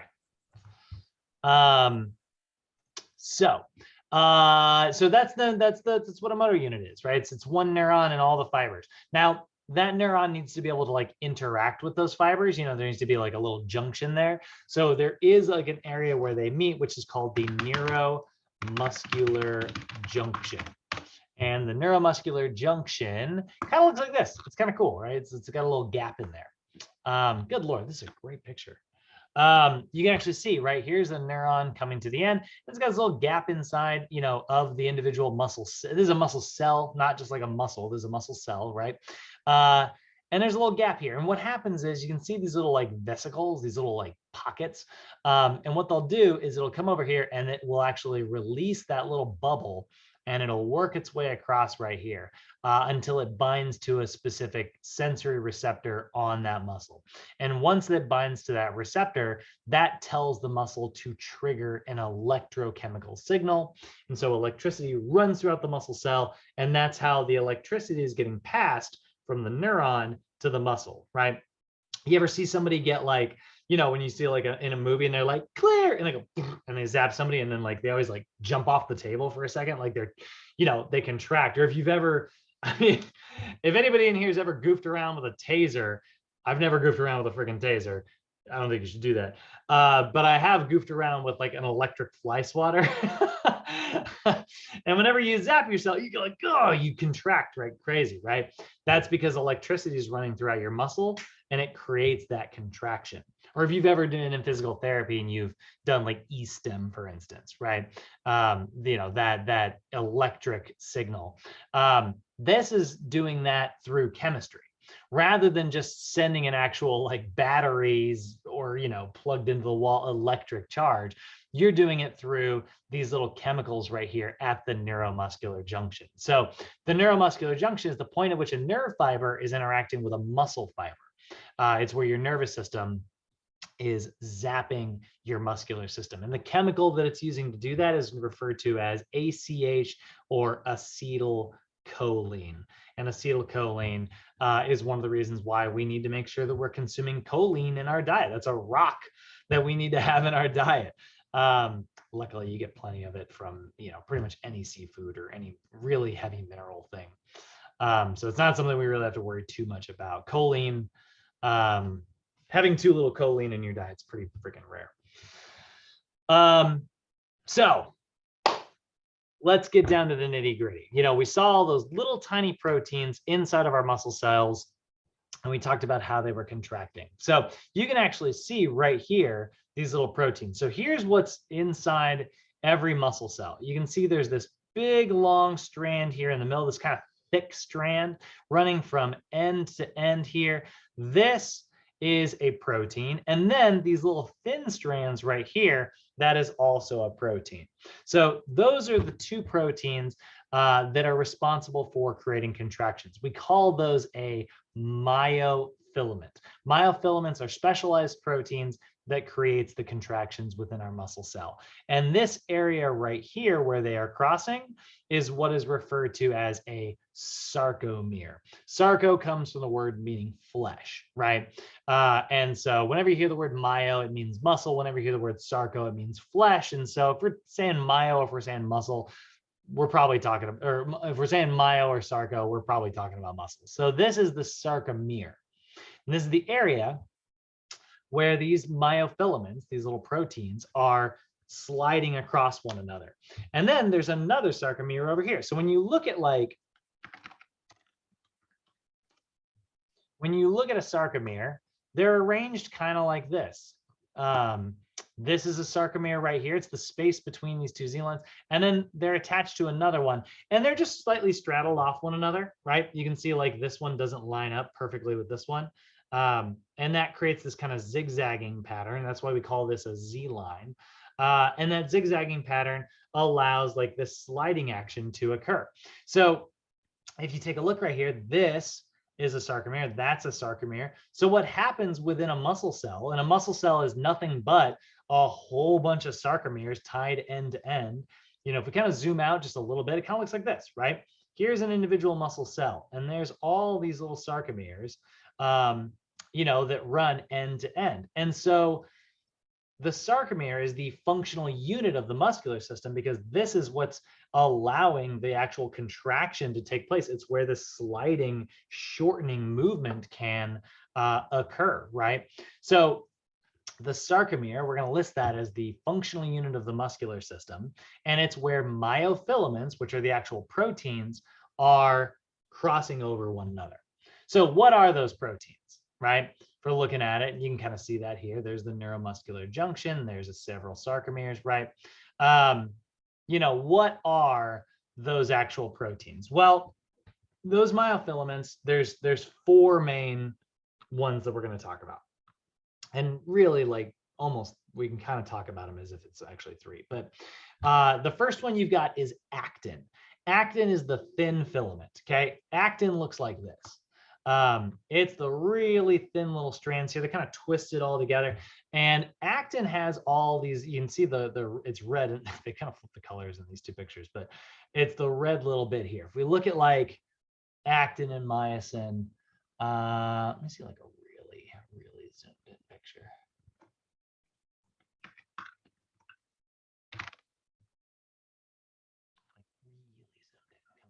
There we go. That's what I'm looking for. Actin is this really thin strand, and so it looks kind of like this. Oh my gosh. So you can see it's this thin strand, and look at all these little heads, right? See all these little, like, these little circles, right? Those little heads right there, those are binding sites, okay? So actin is the thin filament. It's a big long string that has all these little binding sites for it, right? And then myosin is this thick filament that has all these little heads that reach up. And those heads grab those binding sites. So this is myosin. So actin is up here, myosin's down here. And this little club-like head reaches up and grabs those binding sites. And then what it does is it crawls a little bit forward. So it is honestly, I'm going to try my best to do a little bit of pantomiming here, right? It is honestly kind of like pulling hand over fist like this, right? Or if I were moving this way. Much easier. That's kind of what actin and myosin does. That little head reaches up, it grabs a binding site, and it pulls this way. And then it reaches up again and pulls this way. And what happens is, if we look at the sarcomere, and you look at see how this is arranged in the middle here, this actin strand moves this way, and this actin strand moves this way. And so the whole thing kind of comes together, and that sarcomere shortens. Meanwhile, the sarcomere next to it is also shortening. The one next to that is also shortening. And the whole muscle fiber is contracting like this.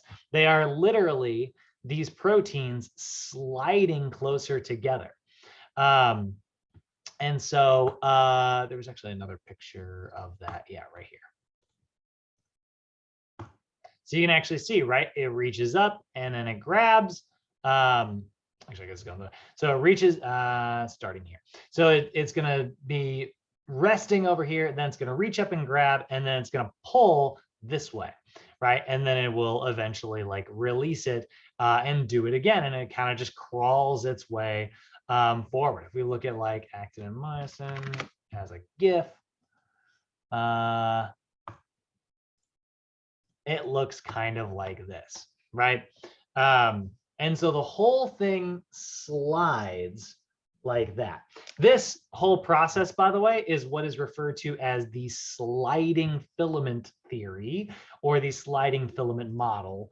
And that is how these little proteins actually contract. By the way, I know I've talked about this in last module, but if you ever want to like read about the sliding filament model, read about how it was discovered. Two scientists who both shared the same last name in completely different countries, the US and England, simultaneously discovered this around the same time. And then they both published it in the same medical journal at the same time. So they both discovered this whole sliding action because they had both used brand newly invented types of microscopes. And then they both had the same last name, which I think is, you know, if that's not a glitch in the matrix, I don't know what is. So anyway, that's actin and myosin. Now, these proteins are super attracted to one another, and they always want to bind together. So how the heck do we relax our muscles? If they really want to be bound together all the time, how do we actually relax a muscle? Well, luckily, we have these other myofilaments, which are called troponin and tropomyosin.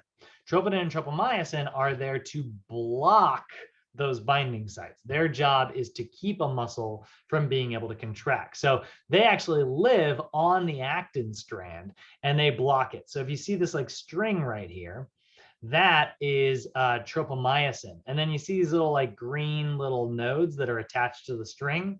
That's troponin. So tropomyosin is literally just a string that blocks the binding sites, but troponin is attracted to a different material, namely calcium, actually. So troponin is really attracted to calcium. So if you were to take liquid calcium and flush it into a muscle, and there would all be all these like calcium ions in here, troponin would be attracted to that and it would move away. And because it's attached to the string, it's going to drag that string with it. And now the binding sites become exposed. And that is what allows a contraction to actually occur.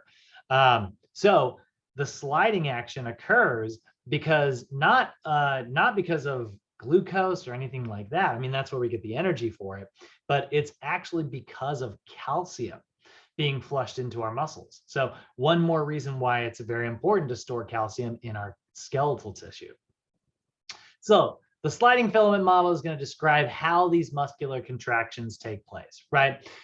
Basically, you are going to use stored energy. The myosin will bind to the actin. It will pull it towards its center. And that is meanwhile happening in all of the sarcomeres within that muscle at the exact same time. So the entire muscle cell shortens. And if you did that in 50 muscle cells, you'd have a pretty weak contraction. But if you did it in 3,000 muscle cells, where all of their sarcomeres are all contracting simultaneously, well, that's going to be a much stronger contraction. So we are trying to create as much action and development of motor units as possible when we're working out, because that is what is going to tell our body, hey, we need more myofilaments. So then your body will actually make more proteins. And that's how our muscles actually get bigger. We are not 100% certain why it does that, but we do know how to make it do that. We still don't really fully understand why muscles actually grow. We just understand how they grow and how to make it happen. So this is going to go through the entire sliding filament mechanism. You can see basically myosin is going to reach up, it's going to grab actin, it creates a cross bridge, and then it uses any stored energy that it has to actually slide. And so, you know, it goes from being this long, where you can see there's a little gap here, to sliding, and then this gets drawn closer to the center, this gets drawn close to the center, and that is a contracted muscle. And there is where it's happening. You can see like reaching up and grabbing those little heads. The binding sites, the rope is blocking the binding sites in this picture up top. And then the binding sites move out of the way once we flush calcium, Ca2. We flush a little bit of calcium into the area, that moves the ropes out of the way. So the binding sites become exposed. Any questions on that? Derek, how you doing? I know that is some pretty technical stuff for your third day. But like I said, it does kind of come around a lot of times. Okay, you're feeling good? Yeah. Cool. Thomas? Yeah, I'm feeling just fine. Love it.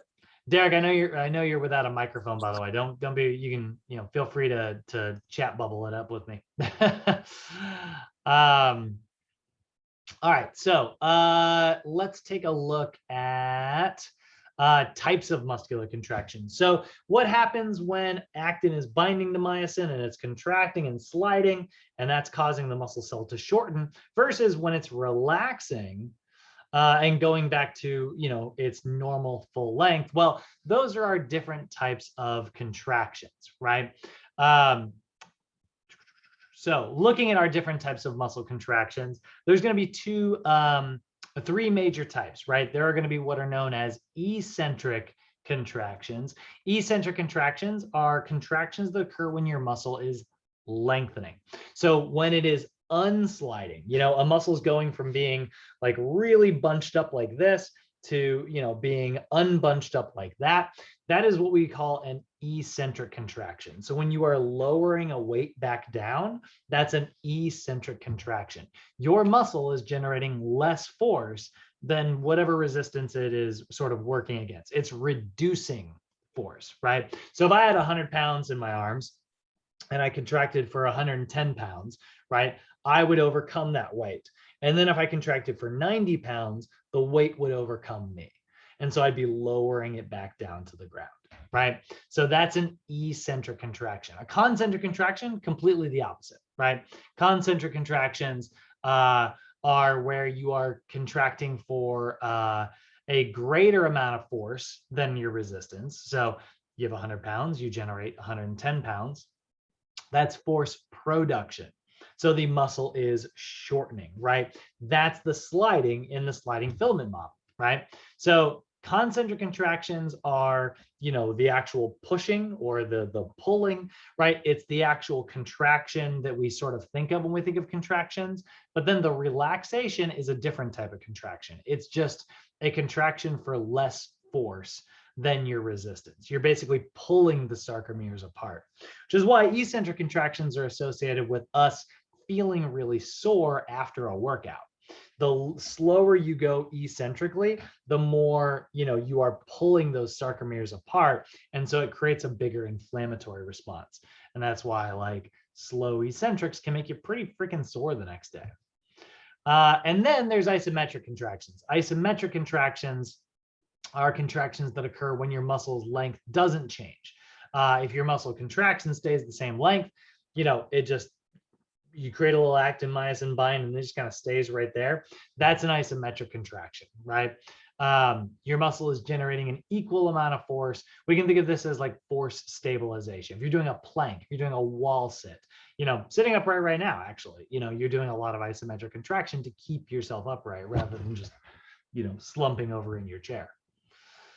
So those are our three main types of contractions. So we're talking about like lifting. Some days we're focusing on concentric force production. Some days we're focusing on eccentric force reduction, and we are focusing on isometric contractions. But we're never just doing concentric alone, which is what you see people in the gym do sometimes. They're like, and they just like drop the freaking weight. It's like, no, come on. Like you're missing out on an entire third of how your muscles contract. Like work this way and then lower the weight. Don't just drop it, right? And then take a little pause in between. Work your muscles in all of the ways that they work rather than just, doing a big heavy curl. I know that feels up here like you're doing more work, but we need to work in all directions. So looking at the way our muscles are sort of designed, one of the terms that you're going to sometimes hear is the origin or the insertion. The origin of a muscle is where the tendon that's attaching that muscle to the bone is on the more fixed part of the skeleton, and the insertion is where it's in the more movable part of the skeleton. You can also think of this as the origin is more proximal and the insertion is more distal.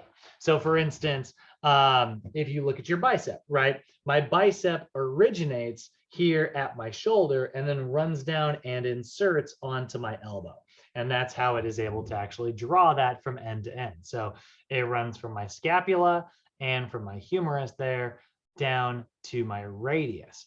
At least that's what your biceps brachii does. Your brachialis attaches to the ulna. So there's a little bit of a different attachment right there, right? So here's the thing, right? You've got this biceps brachii, but you've also got your brachialis. You've also got your brachioradialis. You've got all these other muscles in your biceps. I mean, if we look at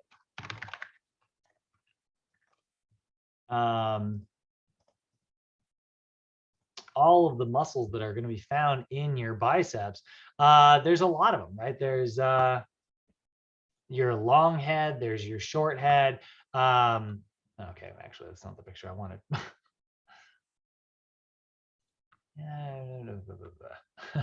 Help me out here, internet, come on.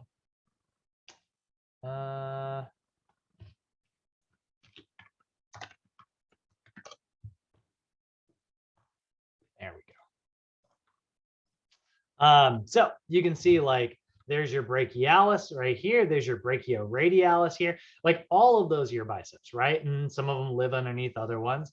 And the same thing is true. Like, think of it as your quadriceps, right? Your quadriceps are 4 muscles all working together.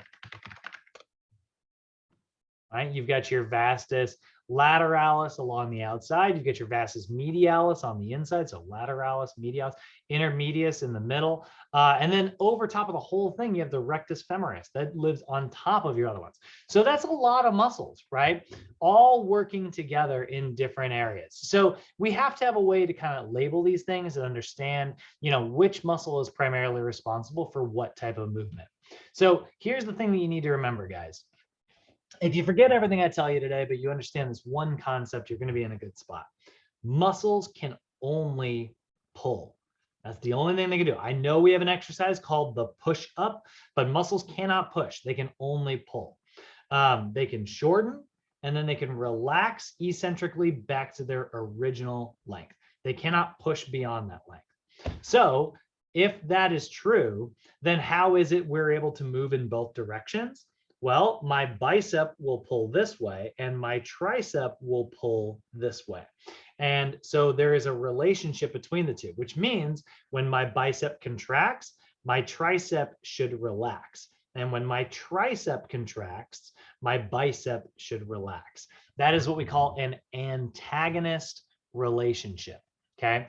So whenever we're talking about whatever muscle is responsible for whatever movement it is we're talking about, we are going to refer to that muscle as the agonist. It is the prime mover responsible for a particular movement. If I'm talking about elbow flexion, the muscle that's responsible is my biceps brachii. If I'm talking about elbow extension, the muscle that is responsible is my triceps brachii, right? So that is how we're going to label this out. Any muscle in your body can be an agonist. Any muscle can be an antagonist. It could be a synergist. We'll get to that one in just a second.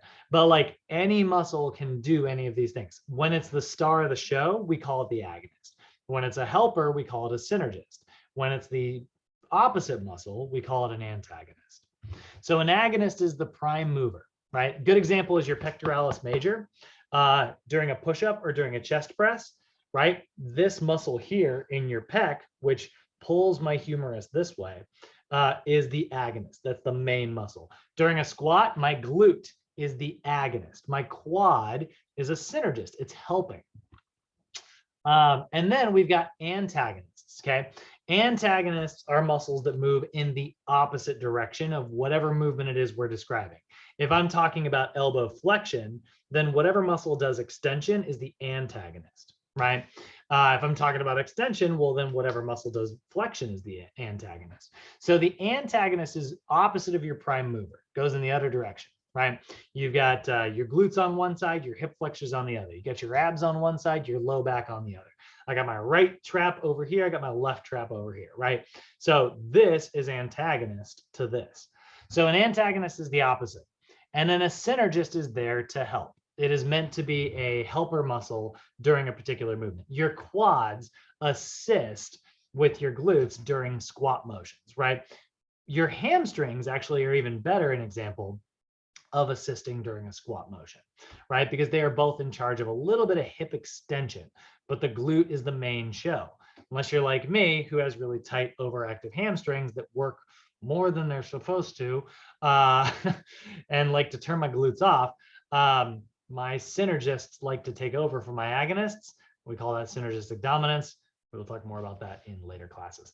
But synergists are muscles that are supposed to help prime movers. They're not supposed to do most of the work. If you think about your deltoid, right? My deltoid does a little bit of this as well. So my pectoralis major is the main star of the show, but during a bench press, my shoulders are getting a little bit of work as well because they are synergistically working with my agonist, the pectoralis major. And then there's also stabilizers. Stabilizers are there to stabilize the body during movements. You get your rotator cuff creating stability in your shoulder during a chest press. You've got your core muscles that are keeping your spine from moving out of place during, you know, whatever type of movement you happen to be doing, right? So my favorite analogy that I ever get to use is you can think of agonist as like Batman, the main character in Batman comics, right? And then total opposite of Batman, doing exactly whatever he does in the exact opposite way, that's going to be the Joker. But Batman needs a little bit of help. That's where he has his synergist, Robin. And then you got Alfred, who's there with like tea and cake and stuff, you know, as emotional support. And that's kind of how I like to think. That's how I like to kind of label out your muscles here, right? So your muscles are going to move all of those bones around, you know, whether it's like a first or second or third class lever. We'll talk more about levers and kinesiology. But if you guys want to start getting a little bit familiar with muscles and stuff, here's a really simplified list. You can see a picture of some of the most common muscles in the body. This is a very sassy picture, by the way. And then here is sort of the main muscles that are responsible for some of the main areas of the body we're going to talk about. Your trapezius, lats, pecs, serratus, deltoid, right? Biceps, triceps. I'm going to go ahead and move through this really quickly. This is not what we're learning in this and that. Yeah, this is all kinesiology. This is stuff we're going to learn next mod. But these are, you know, important muscles that you do want to get somewhat familiar with. And so I recommend paying attention to this PowerPoint, but just to get a little bit familiar. But then this website right here, you can literally Google poke a muscle. And unfortunately, it never remembers me. So I'm going to have to start over. But you can see here's an anterior view for level 1. I'm going to scan first. So it tells me like, you know, I can learn what they are. Pectoralis major, adductors. There it is. And then like learn where my adductors are. Deltoid. Quadriceps. Gastrocnemius, rectus abdominiceps, brachii external oblique. So we're going to work our way through all these different muscles. I got to get through it 24 times, so I'm going to go ahead and stop. But and then it'll do the posterior muscles on the other side, and then eventually it'll get into a much more complicated version. It's a really good way, guys, to get somewhat familiar with your muscles. It's a really good way to kind of start that process. Don't get me wrong, we're going to be way more detailed about it in the way that we talk about it, because we need to know how to target specifically which muscles when we're, you know, trying to bodybuild our clients and stuff. But for now, it's a good place to kind of get familiar. So Google poke a muscle, and that's how you'll find that. And that's about it today, guys. Any questions on questions or comments or concerns? How y'all feeling? Thumbs up from Bay. Feeling good. Feeling good. Thomas, how you feeling? Feeling good. Say, I think I'm gonna have to really work on the movers. You mean like knowing which muscles which? Right. Yeah. Right. Yeah, that takes time. Don't worry, kinesiology next mod, like we're literally gonna we break it down by body part. So it's like, hey, we're gonna talk about like the shoulder joint today. We're gonna talk about what moves your knee joint today, what moves your ankle joint. And they literally each get an entire day. So you'll be real familiar by the time we're done with you.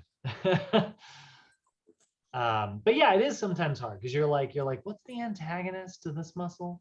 And you just gotta flip to the other side of the joint, you know?